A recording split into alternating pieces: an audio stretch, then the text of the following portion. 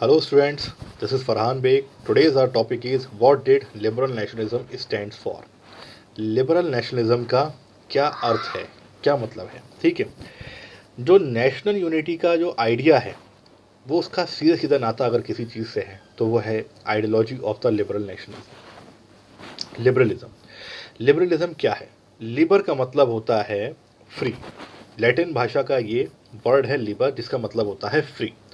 ठीक है, पहले मैं आपको लिबरलिज्म अच्छे से एक्सप्लेन करता हूँ, उसके बाद हम आगे चैप्टर में आगे बढ़ेंगे। ठीक है, लिबरलिज्म का मतलब है आज़ादी, फ्रीडम। एक ऐसी आज़ादी जिसमें आपको पॉलिटिकल राइट्स हों, जिसमें आपको इकोनॉमिकल राइट्स हों, जिसमें आपको सोशल राइट्स हों। पॉलिटिकल राइट्स में क्या आता है? सपोज आप अपनी मर्जी का कैंडिडेट चुनकर लाना चाहते हैं, रिप्रेजेंटेटिव लाना चाहते हैं, तो आपको पूरा अख्तियार है कि आप उसको वोट करें। ठीक है, कोई आप पे पाबंदी नहीं है। आप खुद इलेक्शन में खड़े होना चाहते हैं तो आपको ये पूरा अख्तियार है, आपको पॉलिटिकल फ्रीडम है। आप अपनी ऑर्गेनाइजेशन एक पॉलिटिकल पार्टी बनाना चाहते हैं तो आपको पूरा अख्तियार है कि आप अपनी मर्जी से अपनी पार्टी बना सकते हैं। ये आपकी पॉलिटिकल फ्रीडम हो गई। ठीक, दूसरी आती है इकोनॉमिक राइट्स। इकोनॉमिक राइट्स में क्या है कि आपको पूरा अख्तियार है कि आप कोई सा भी व्यापार कर सकते हैं।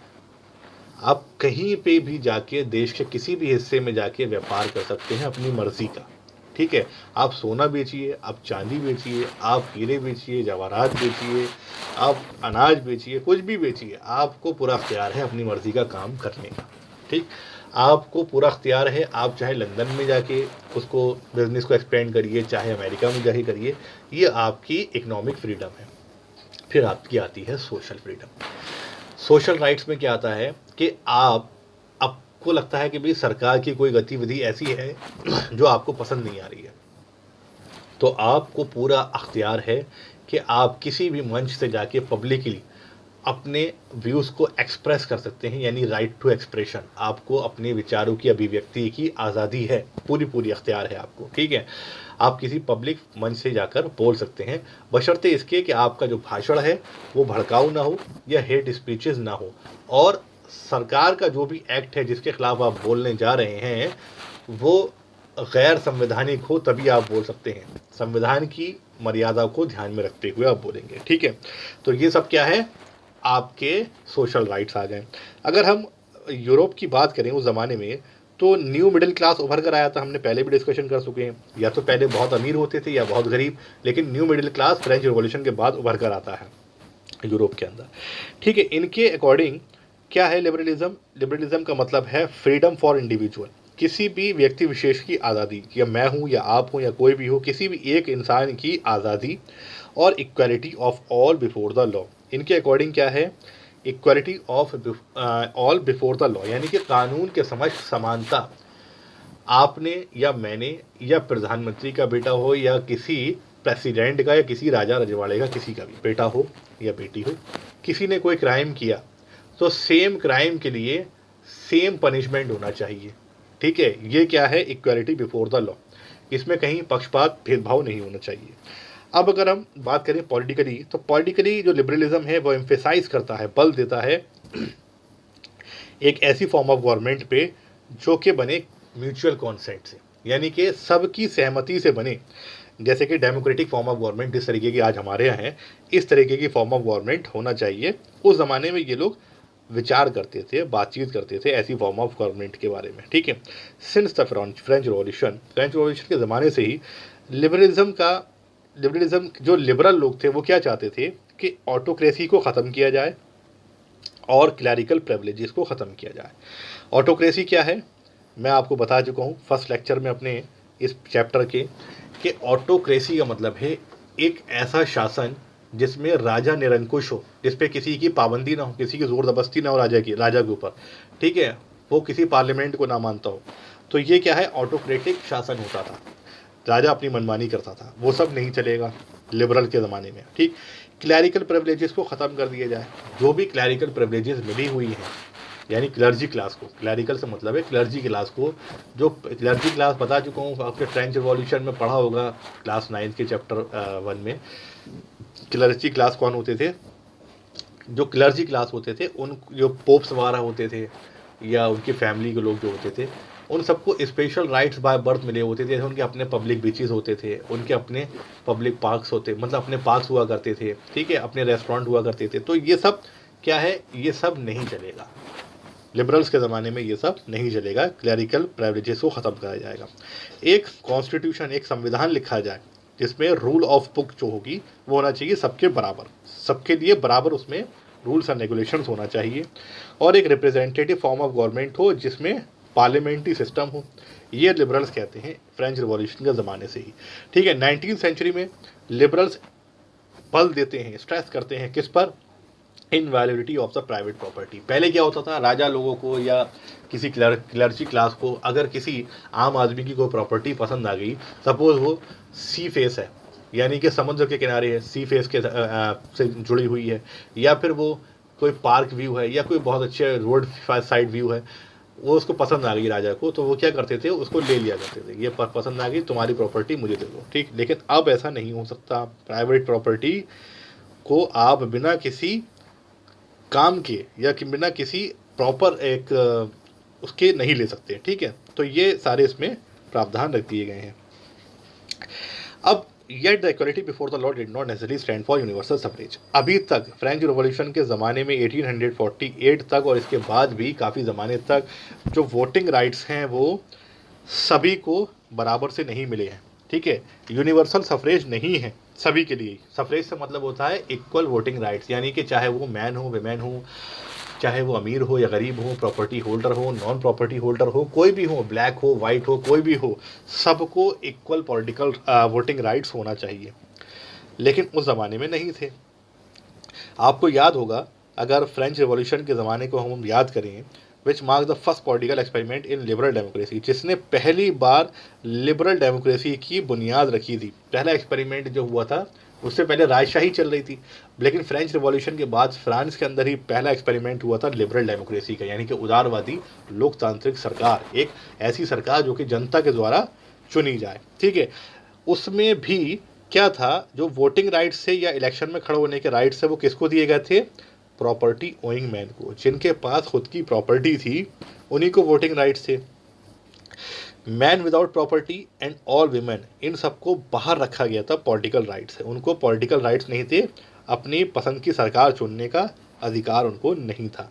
लेकिन थोड़े से वक्फे के लिए, थोड़े से टाइम के लिए, जब जैकोबिन्स का टाइम पीरियड आता है फ्रांस के अंदर, यानी जैकोबिन क्लब इस्टेब्लिश हुआ था रॉबेस्पियर की लीडरशिप में, तो उस ज़माने में क्या होता है, जितने भी एडल्ट मेल्स थे सबको सफरेज दिया गया था, यानी कि वोटिंग राइट्स दिए गए थे, चाहे वो अमीर हो या गरीब, सभी को वोटिंग राइट्स दिए गए थे।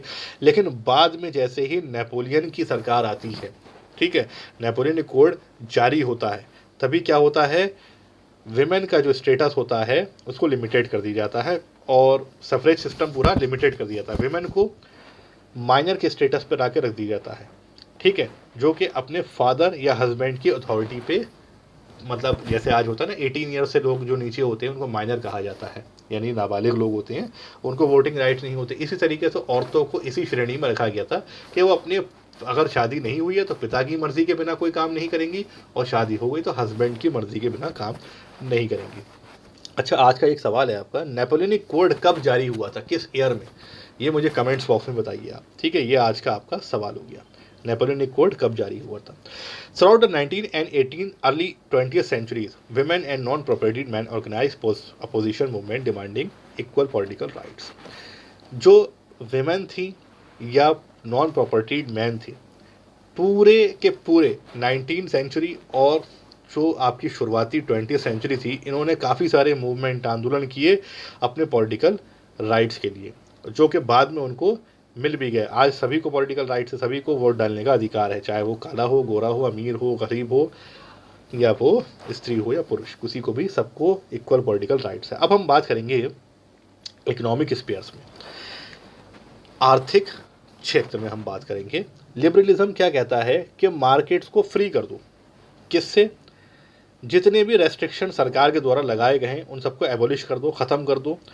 Movement of goods and capital बिल्कुल फ्री कर दो, गुड्स एंड कैपिटल क्या होते हैं, ये आप मेरा लेक्चर क्लास 9 का स्टोरी ऑफ विलेज पालनपुर वाला देख लीजिएगा, उसमें मैंने बहुत अच्छे से एक्सप्लेन किया है कि वर्किंग कैपिटल क्या है, नॉन वर्किंग कैपिटल क्या है, फिजिकल कैपिटल क्या है, वो आपको पूरा आइडिया मिल जाएगा। ठीक है, वो मैं यहाँ एक्सप्लेन नहीं कर रहा हूँ। During the 19th century this was a strong demand of the emerging middle classes. 19th century में ये जितने भी मिडिल क्लास थे उनकी एक स्ट्रॉन्ग डिमांड थी कि जो रेस्ट्रिक्शंस हैं, पाबंदियाँ हैं व्यापार पे, वो हटा दी जाए। Let us take example of German speaking regions in the first half of the 19th century. अब हम एक एग्जाम्पल लेते हैं जर्मन स्पीकिंग रीजन्स का। नेपोलियन का जब टाइम था तो नेपोलियन ने बहुत अच्छी एडमिनिस्ट्रेटिव पॉलिसीज़ बनाई थी, जिसको बाद में जो लोग आए, कंजर्वेटिव्स भी आए, तो उन्होंने उसको कंटिन्यू रखा और कहा कि भैया ये जो सिस्टम है नेपोलियन का बहुत अच्छा है, इसको कंटिन्यू रखो। उसमें क्या किया था कि जो अनगिनत प्रिंसिपलिटीज़ थी, यानी कि बहुत सारे प्रिंसिपल स्टेट थे, छोटी छोटी रियासतें थीं, उन सबको एक करके 39 स्टेट्स में कन्वर्ट कर दिया। यानी कि एक कॉन्फेडरेशन बना दी गई, एक ऑर्गेनाइजेशन बना दी गई जिसमें 39 स्टेट्स बना दिए गए। जो छोटी छोटी रियासतें थी उनको मिलाकर 39 स्टेट्स में कन्वर्ट कर दिया गया। Each of these states has its own currency and weights measurement. हर एक स्टेट की अपनी खुद की करेंसी या वेट एंड मेजरमेंट सिस्टम था, जिससे बहुत मुश्किल आती थी व्यापार करने में। अब एक मर्चेंट की हम कहानी बताते हैं। 1833 में ये हैम्बर्ग से न्यूरमबर्ग तक चला। ये दोनों जर्मनी के शहर हैं, अपने गुड्स को बेचने के लिए। अब इसमें हैम्बर्ग से न्यूरमबर्ग तक जाने में 11 कस्टम बैरियर्स को पार किया और हर एक कस्टम बैरियर पे इसने 5% का टैक्स पे किया, ड्यूटी पे की। ठीक है, इस चीज़ को ज़रा थोड़ा ऐसे समझते हैं कि हम एक एग्जाम्पल ले लेते हैं अपने इंडिया का। ठीक है, इंडिया के अंदर हम देखें तो ये है हमारा उत्तर प्रदेश, ये रहा।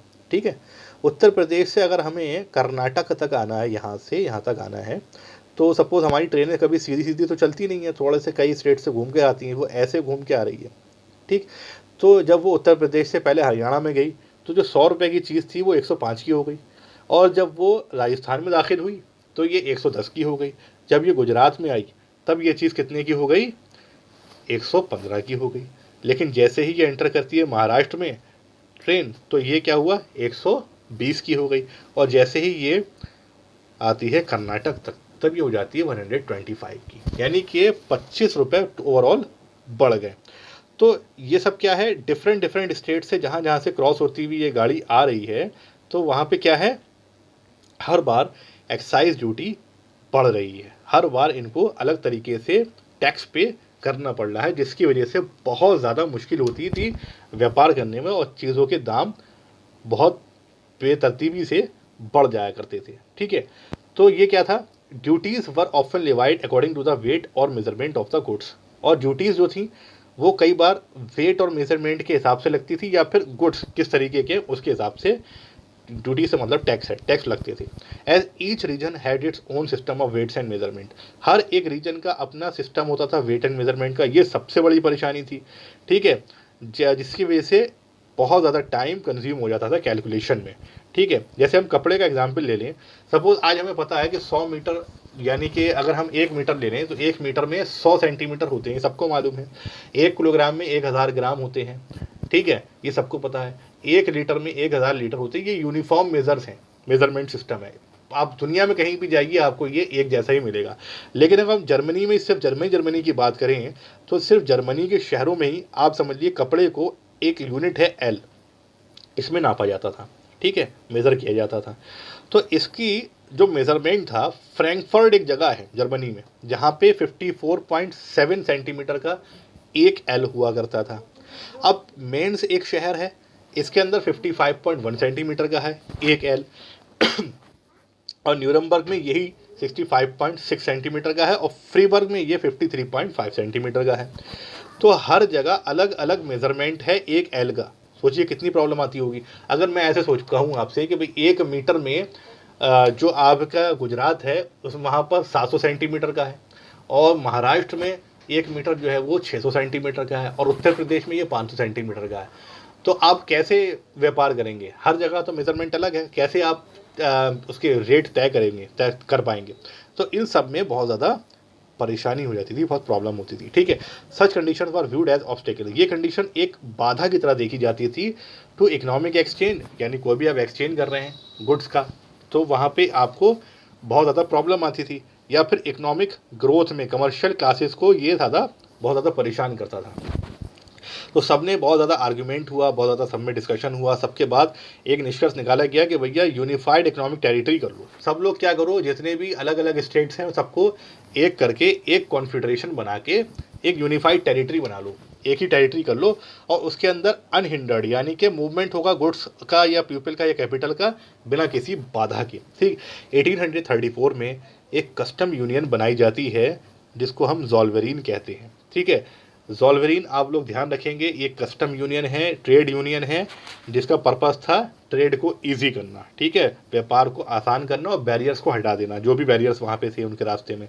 तो ये सबसे पहले इसका इनिशिएटिव यानी कि शुरुआत करी थी प्रोशिया ने, और बाकी के जर्मन स्टेट इसको बाद में धीरे धीरे ज्वाइन कर लेते हैं। सबसे पहले ये यूनियन जब बनती है तो अबॉलिश करती है टैरिफ बैरियर्स को, ख़त्म कर देती है, और जो बहुत सारी करेंसीज थी, यानी कि हर स्टेट में अपनी अपनी करेंसीज है, सपोज़ यहाँ इंडिया में रुपए चलते हैं, ठीक है, ऐसे ही अमेरिका में डॉलर चलते हैं, ऐसे ही या कहीं कई जगहों पे यूरो चलते हैं, कहीं पे येन चलते हैं, तो अलग अलग देशों में अलग अलग करेंसीज हैं, जिसकी वजह से एक्सचेंज करने में काफ़ी प्रॉब्लम होती है। तो ये तो एक छोटे से देश के अंदर ही अलग अलग रियासतें थी और उसमें व्यापार हो रहा था, तो सोचो कितनी प्रॉब्लम आती होगी इस चीज़ के लिए व्यापार करने में। तो इन्होंने क्या किया, जो 30 अलग अलग तरीके की करेंसीज थी उनको रिड्यूस करके 2 कर दिया, 2 करेंसीज में कन्वर्ट कर दिया। The creation of a network of railways further stimulated mobility, अब जो नेटवर्क था रेलवे का उसने क्या किया, जो आवाजाही थी उसको और ज़्यादा आसान कर दिया, जो लोगों की आवाजाही थी, मोबिलिटी थी, उसको और ज़्यादा आसान कर दिया, जिससे कि इकोनॉमिक इंटरेस्ट लोगों का बढ़ा, और जिसकी वजह से राष्ट्रवाद की जो भावना थी ये और ज़्यादा उजागर हुई, नेशनल यूनिफिकेशन को बढ़ावा मिला इकोनॉमिक इंटरेस्ट की वजह से। लोग आर्थिक तरीके से लोग एक दूसरे से मिल रहे हैं, बिजनेस के पर्पज से लोग एक दूसरे से मिल रहे हैं, चाहते हैं कि भैया बैरियर्स ख़त्म हो जाएं आपस में, जो एक स्टेट से दूसरे स्टेट में जाने आने का जो सिस्टम है उसमें इतने सारे बैरियर्स थे, पैसा देना पड़ता था एक्स्ट्रा, ये मेजरमेंट में प्रॉब्लम, वो सबको एक कर दिया गया था, जिसकी वजह से लोगों के ख्यालात एक जैसे हो गए थे, एक जैसे लोगों की थिंकिंग हो गई थी। तो जिसकी वजह से क्या हुआ, राष्ट्रवाद की भावना बहुत तेज़ी से उजागर हुई। जब आपके और मेरे ख्यालात एक जैसे हैं, लोगों के ख्यालात एक जैसे हैं, तो वो एक जगह पर रहना पसंद करेंगे, सिमिलर थॉट्स वाले लोग, ठीक है। तो ये क्या हुआ, इससे बढ़ावा मिला राष्ट्रवाद की भावना को। जो इकोनॉमिक नेशनलिज्म था, इकोनॉमिक नेशनलिज्म जो ट्रेड बैरियर्स और ये सब चीज़ें मेजरमेंट वगैरह यूनिफॉर्म किए गए थे, इसकी वजह से बहुत ज़्यादा बढ़ावा मिला राष्ट्रवाद की सेंटिमेंट्स को उजागर होके आने का, ठीक है, राष्ट्रवाद की भावना और ज़्यादा स्ट्रांग हो गई। तो यहाँ पे हमारा यही मतलब था, जो लिबरल नेशनलिज्म है उसने क्या किया, राष्ट्रवाद की भावना को और ज़्यादा उजागर किया, मजबूत कर दिया। जो एक जैसे ख्यालात वाले लोग हैं वो एक ही जगह पे रहना पसंद करेंगे, जैसे इंडिया के अंदर लोग गुजरात में रह रहे हैं, महाराष्ट्र में रह रहे हैं, बंगाल में रह रहे हैं, लेकिन सबकी कलेक्टिव आइडेंटिटी है आज, वो क्या है, इंडियन, ठीक है। ऐसे ही जो वहाँ पे अलग अलग डिफरेंट स्टेट्स में लोग रह रहे थे, उन सब ने यूनिफाइड करके एक स्टेट बनाया जिसका नाम रखा जर्मनी, ठीक है। तो जर्मनी का यूनिफिकेशन हो जाता है और एक कॉन्फेडरेशन बन जाती है। तो ये है मेरे इस लेक्चर का एंड। लेक्चर पसंद आए तो लाइक, सब्सक्राइब और शेयर ज़रूर करें, और बेल आइकन को हिट करना ना भूलें। अभी के लिए इतना ही, साइनिंग ऑफ, थैंक यू।